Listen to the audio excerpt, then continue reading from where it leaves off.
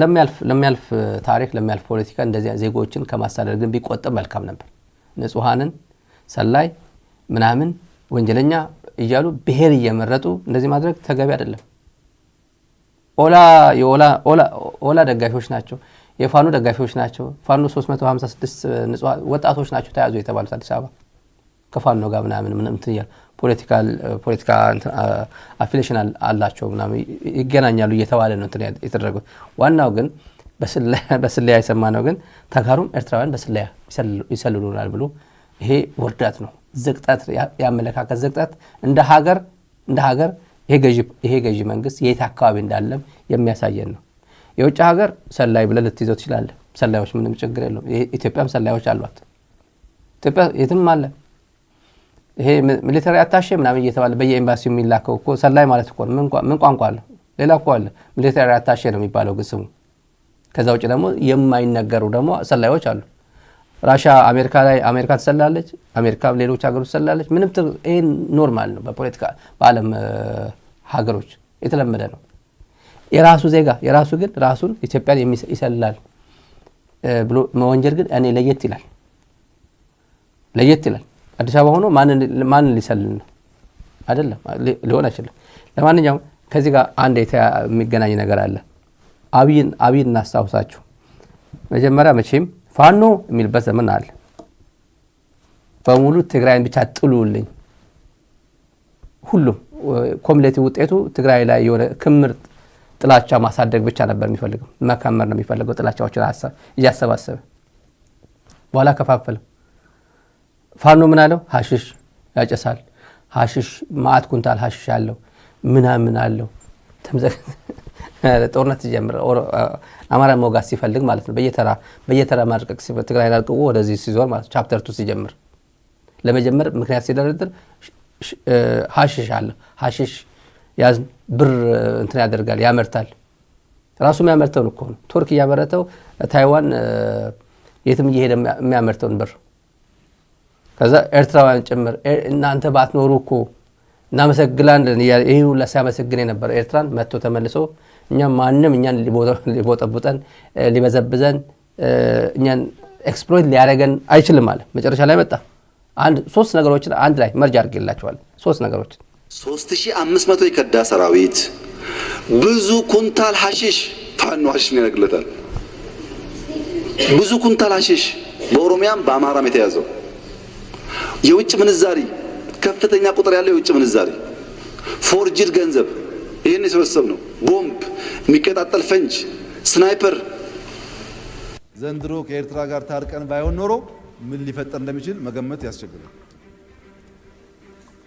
መታረቃችን የግለሰቦች አለመሆኑን መታረቃችን የህዝቦች መሆኑን ከኤርትራ መንግስት በላይ የኤርትራ ህዝብ በተግባር አሳይቶናል በጣም ነው የምናመሰግነው የኤርትራ ህዝብና መንግስት ስላደረገው ነገር ጥንቃቄ የሚያስፈልገው ግን ከእንግዲህ በኋላ ኢትዮጵያን ኤክስትራክት እያደረጉ ኢትዮጵያን በእንትን ሰፈር እያባሉ መኖር አይቻልም እንደዛ አይቻልም ኢትዮጵያን አክብሮ የኢትዮጵያን ጉርብትና ወዶ ከኢትዮጵያ የሚደረግ ጥቅም ማንኛውም ነገር ካለ በደስታ ችግር የለው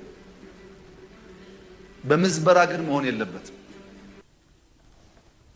ተልካቾች እዚህ ላይ ወርቅ የኢትዮጵያን ኤክስትራክት ያደረገ ነው እየመነዘ ያው ኤክስፕሎይት ያደረገው ነው ምንድነው ኤክስትራክት ያደረጉት ነው ጉዳዩ ወርቅ ነው የወርቅ ብር ዶላር ንግድ ነው አሁን ነው ያወቁት አዲስ አበባ ውስጥ ማንንም ይነግድበት ነው አሁን ያወቁት ነገሩ በሙሉ ታንኪው ካለ በኋላ ታንኪው ብሎ ቻፕተሩ ተዘጋ ከዛ በኋላ ማሳደር ጀመረ በሰላማዊ መንገድ ጎረቤት ሆኖ እኛን ሊበዘብዘን አይገባም ኤክስትራክት ሊያደርገን አይገባም በፍጹም ይሄን ዘጋዋለን ማን ጎረቤቱ አይጠቅስም አሽሙር ነው በሙሉ አሽሙር ነው ጅቡቲን አይደለም ኬንያን አይደለም ሱዳንን አይደለም ሶማሊያን አይደለም ኤርትራ ነው የሚላቸው ግን እቺን ቋንቋ አይናገርም ፈሪ እኮ ነው እልም ያለ ፈሪ ነው ፈሪ ከያዘ በጣም አስቸጋሪ ነው ይባላል ውሻ ጅብ ይገላል ነው የሚባለው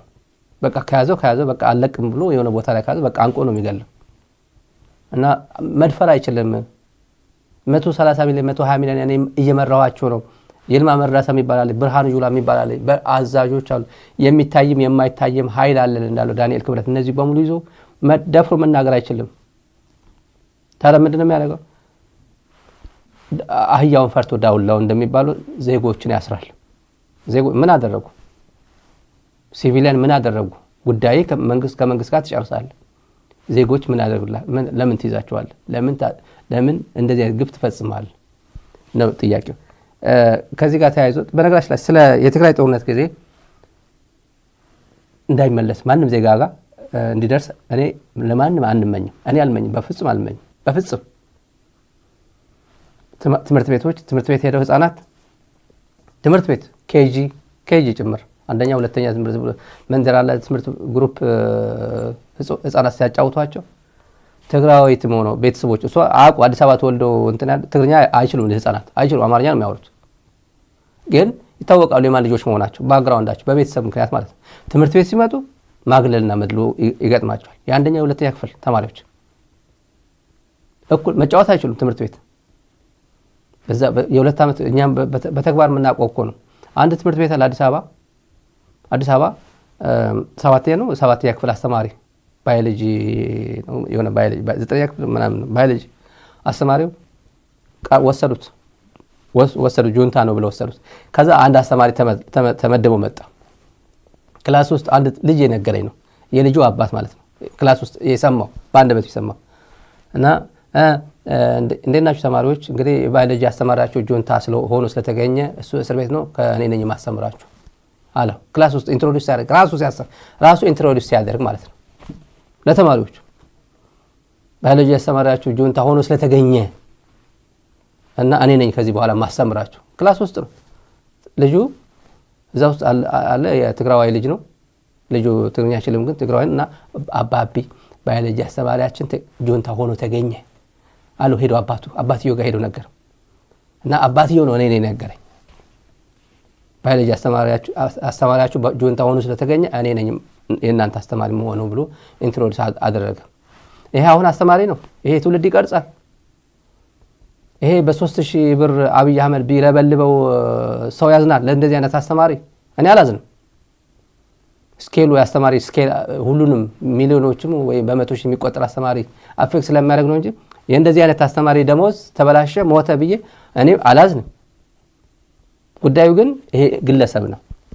በርካቶች አሉ የሚያዝኑ፣ በርካቶች አሉ መረጃ ሲያገኙ የደበቁ የሆነ ነገር ተደበቅ ብለው የሆነ ነገር መረጃ በደም ጥሩ ጓደኞች ደግሞ ያገኙ አሉ።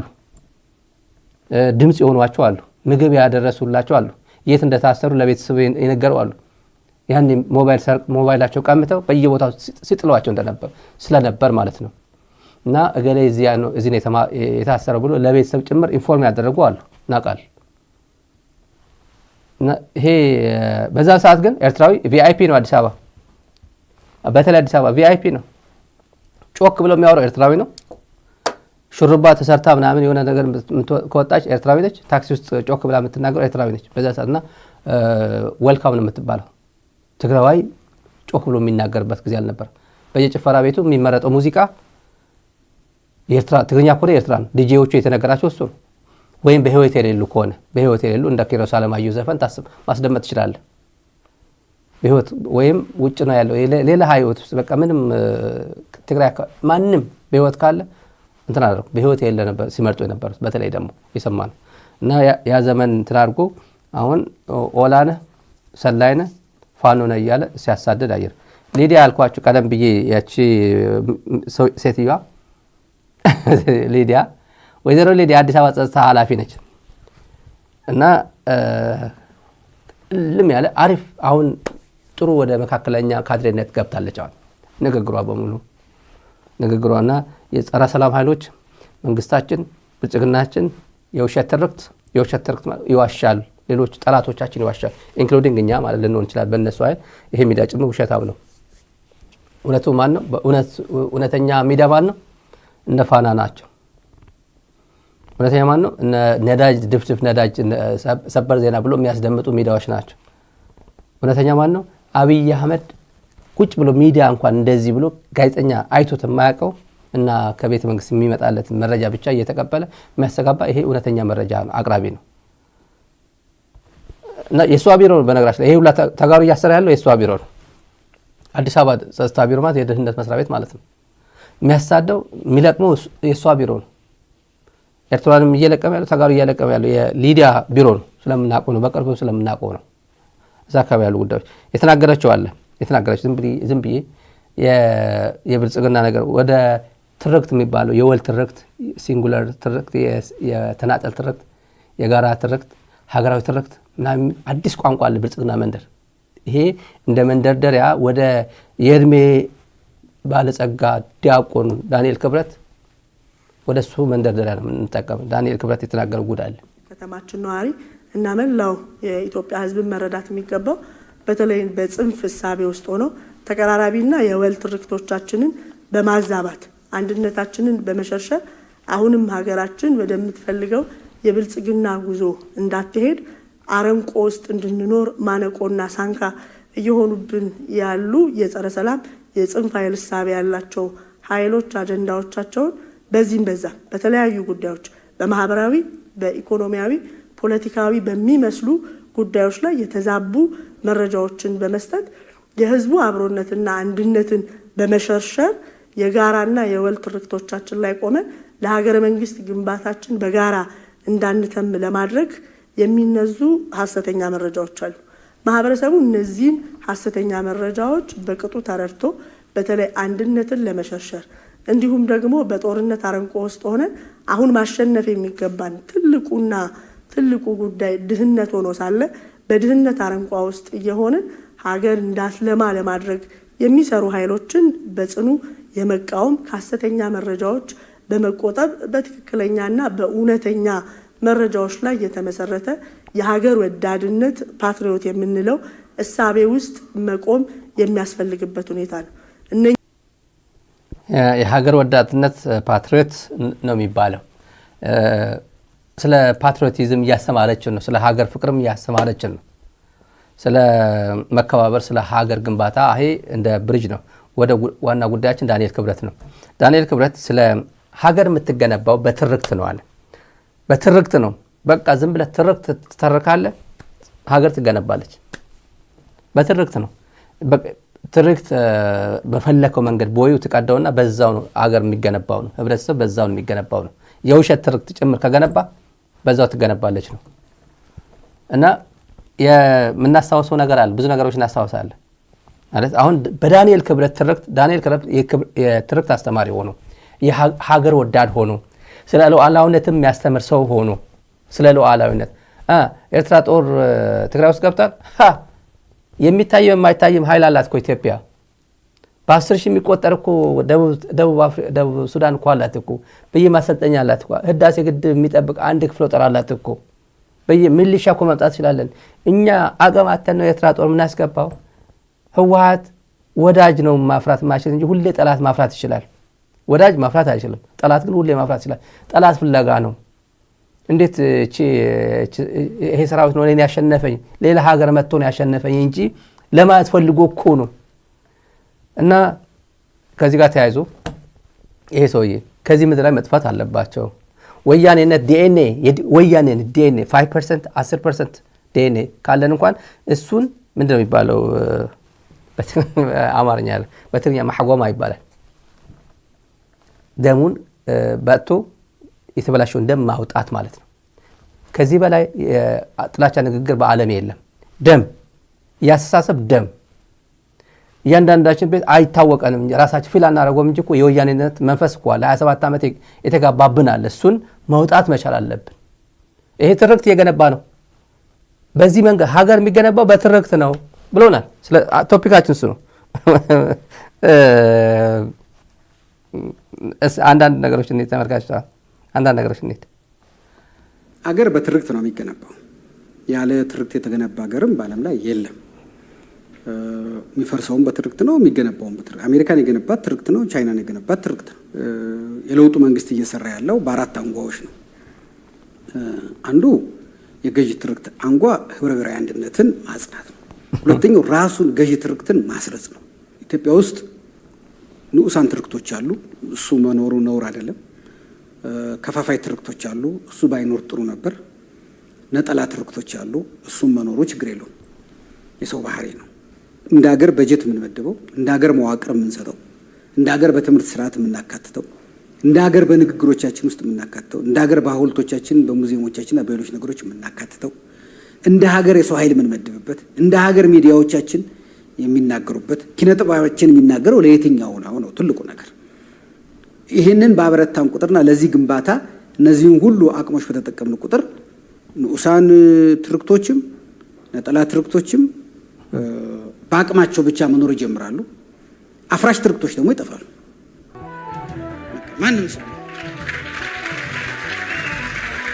በጭራሽ ለልጆቻችን መንገር ያለብን እሱን ነው እንጂ ይህን ያደረጉት በዚህ ምክንያት ነው አይደለም ብለን ያልነበር። ወያኔ የሚባል ኢትዮጵያን በጣም በአሰቃቂ ሁኔታ የተጣባ በሽታ ስላለ ስሙን እንኳን ሲጠሩ በስማም ብሎ ራቁት። ስሙ የተጠራበት ቦታ አትድረሱ። ስለሱ የተጻፈ መጽሐፍ አታነቡ። ስለሱ የተሳለ አትዩ። ፎቶውን አትዩ። በጭራሽ ይጋባባችኋል። ሳታውቁት በሽታው ይሰርጻችኋል። ስለዚህ ራቁት። እንዲህ አይነት በሽታ ነው ኢትዮጵያን የገጠማት። በምንም መልኩ በክፉም በደጉም አታንሱት። መጥፎ በሽታ ነው። ሳታውቁት እናንተን ይጋባል ብለን አስተሳሰቡ ነው ለመሰላችሁ። አስተሳሰቡ እንደ ተቋም ቢጠፋም የተለያዩ ሰዎች ላይ ግን አየዋለሁ። አንዳንዶች ቅድም እንደተባለው ሳያውቁት ራሱ ሳያስቡት የሱ ሰለባ ሆነው ያገኙታል። ራሳቸው ሳያስቡት እየተቃወሙት ሁሉ አንዳንድ ሰዎች ግን ውስጣቸው ውስጥ የፐርሰንት ጉዳይ ነው። 20%፣ 30%፣ 5% ወያኔነት ውስጥ ይኖራል። በደማቸው ውስጥ የሆነች አልላቀቅ ያለች እና ወይ ድሮ በገጠር እንደሚደረገው እንደዚህ ክፉ ደም ወይም ጥቁር ደም እንደዚህ በሚኖርበት ጊዜ ይበጣና ያ እንዲፈስ ይደረጋል። እና አንዳንድ ሰዎች ተበጥቶ ወያኔነት መፍሰስ አለ። የሆነች ቦታ ላይ ያለች ዋግምት ነው የሚባለው። ታንክ ዩ ተመልካቾች። ዋግምት ማህጎማ ያልኳችሁ ትግርኛ ዋግምት ነው የሚባለው በአማርኛና ተበጥቶ መውጣት አለበት ደግሞ ወያኔነት። እና ይሄ ሰውዬ ምን አለን? ትርክት ሀገር በትርክት ነው የምትገነባው። መልካም ነገሮችን ታርከን ነው ትውልድ ማነጽ ያለብን። ዳንኤል ያነጸው ነው ይሄ ዳንኤል የሚያነጸው ትውልድ ማለት ነው። ትግራይ እኮ ያው ክራይሲስ አሁን ያው ይስተካከላል። የትግራይ ፖለቲካ እየተስተካከለ ነው። በነገራችን ላይ አንዳንዶቹ ያው የጌታቸው ኦርፋኖች አሉ። እነሱ በቃ ምን የባሰበት እኮ ነው ምናምን ኦርፋን የፖለቲካል ኦርፋንስ በቃ አሉ የተንሳፉ እንደዚህ አባት አልባ ሆነው አሁን መጠጊያ ፍለጋ እዛም እየሄዱ ያሉ ልጆች አሉ። ማህበራዊ ሚዲያ ላይ ጽፈናል የተወሰነ ከነሱ የትግራይ ነገር ይስተካከላል። የተስተካከለ ነው ደግሞ ዘግቶ የያዘ ግሩፕ ነበር። የትግራይ ፖለቲካ ንቅርቅ እንዳል የዘጋ ትውልድ ነበር። ይስተካከላልና እንደዚህ አይነት ቀልዳኞች የነዚች አዳነች አበቤ ንግግርም የሀጫሉ ሞት እንደዚህ ስትዋሸን የነበረው ተጋሩ ላይ ያነጣጠረ ጥላቻ በሙሉ ጥርት ብሎ ትክክለኛ አቅጣጫ ላይ የሚሄድ የትግራይ ፖለቲካ ይፈጠራል በቅርቡ።